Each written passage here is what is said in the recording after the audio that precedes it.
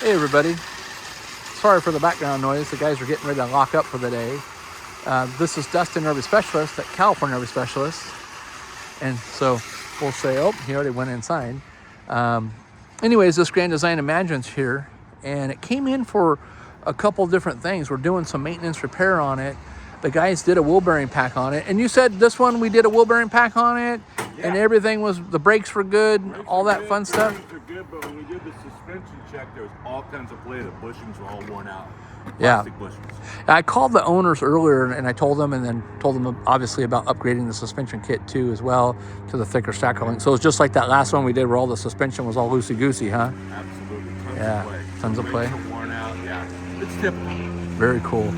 All right, well, I appreciate it. This is Jim. Jim's not going to be with us too much longer. Oh man, I'm retiring at the end of the year. This is the first time somebody's ever retired that's worked for me. So he doesn't know it, but we're going to have a big old bash probably at his house. Surprise, honey, we're all coming over, Yeah. right? You're welcome. Anyways, so we're losing a great one, guys, but I'm sure he'll be back around. I'm going to make sure he doesn't have, he's always welcome. It's always welcome. Anyways, so back on this guy, right?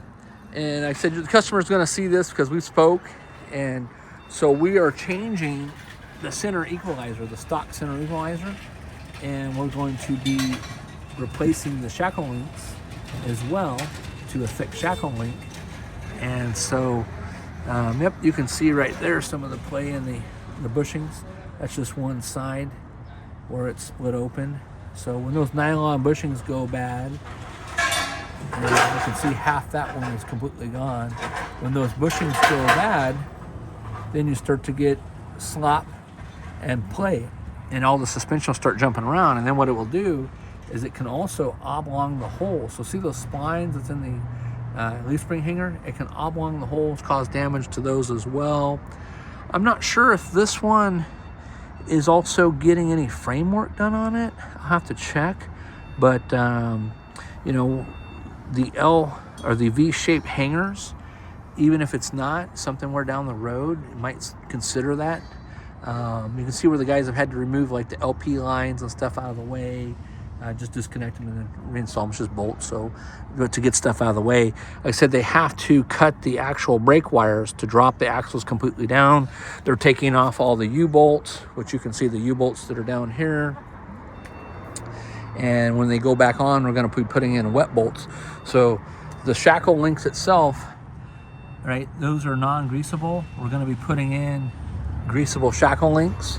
We're going to be replacing all the U-bolts. We're going to be replacing, I think the springs he said were just fine. This is actually a smaller axle. It's a 3,500 pound. So these leaf springs are 17,500 pounds per spring. Sometimes we'll go ahead and recommend that we upgrade the weight, but this particular one, they don't make a leaf spring that is 25 1/4 length. That's 2 inches by, it's also a 4-leaf. They don't make that the next level up. So if you go look at our site, or you look at the Lippert sheet, because these are Lippert axles, the next size up rated for the length and the arch you know, drop off the weight and all the other fun, you know, geometry for that is I believe it is a 2,200 pound. So then that would put you up at 17.5. So that's going to be, trying to do the math real quick here in my head. Basically 250 plus another 2. So it'd make it like 450. So it'd make it like 900 pounds more per axle on the springs. If you did that, that'd be way too rough. So now you basically times that by 2, and that would give you a 1,800 pounds more of a load per axle, right? So we don't want to do that. That'd be too thick and too heavy. It'd make it too rigid. So we're going to be putting in, like I said, a Dexter EasyFlex kit, and that's going to help dampen as it not only pivots, it's going to dampen. So make sure you check out those videos. We have a bunch of them on it as well.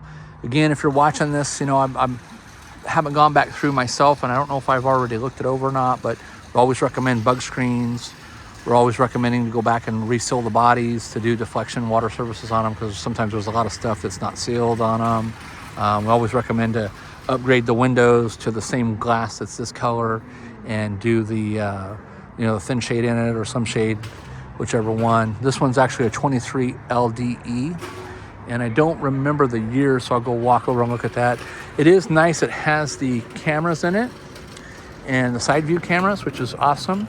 I believe they only have one lithium battery in here, and that's another thing I'll bring up real quick. So on this unit, they have a lithium battery. They've added solar panels. They've added a inverter and some other stuff to it. The WIFCO converter is all the way in the back here. So when you open up this door, because this is a real kitchen area, when you open up this door, that converter is right back in here. And I think we did a pictures and posts on it. And so the distance between where the converter is clear up to the battery, the converter was not sensing, based off the distance of the wiring and the battery itself, that it was a lithium battery. So they actually make a piece that it took forever to get. And when I came back from Grand Design, actually, they were sitting on my desk. I was like, oh, perfect. They said, just showed up the day before. So anyways, the piece that goes in there is just a little jumper wire on a little plastic, and it locks in the converter to always be at a lithium level. When I was there at the factory, I did meet one of their guys that's a trainer for the whole plant, that's an electrician, and he does all the training and teaching them. And he said, hey, you have any questions? We walked around his room. He had all kinds of stuff, like any little part, switch, diode, light, sensor, you name it, fan motors, anything you could think of, all in this one room, where they use it to teach all their guys and then go around and teach other people throughout the United States. Well, I said to him, hey, have you come across this yet? And he said, no, he hadn't heard of it. And he was old school. So he's like, well, I don't like lithium, so no big deal. And it was for that reason. He's like, hey, if it's too cold, you can't use it. You can't have them outside. You need to put them in a compartment, depending on the weather outside, the use of them.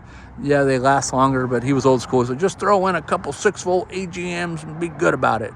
And so, so for those of you that are thinking about doing lithium, it's great. We get people that come in that'll spend all kinds of money with wanting to go completely off grid.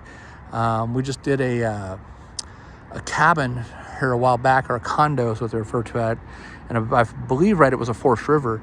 And that customer spent, I want to say $40,000, brand new, hadn't even used it yet. Massive amount of batteries and inverter converters and all Victron everything, and had 12 solar panels, but had 3. I think it was a 40-something foot unit, had 3 roof ACs and all kinds of stuff on it, and all residential everything. So there was reasons why they couldn't do a generator and other stuff. So, so anyways, I know I'm rattling on, but we see it all. So if you have a question, leave it in the comments. Go to our Facebook groups. I'll try to answer when I can, and we'll go from there. But we'll thank this customer for bringing it in. Thank you for letting us do the suspension upgrades. We're happy to do it for you. I think it's going to make a huge difference. It's also going to help on all the shaking, jar, and vibration. It's going to be way better to protect it from the thin shackle links to the big shackle links.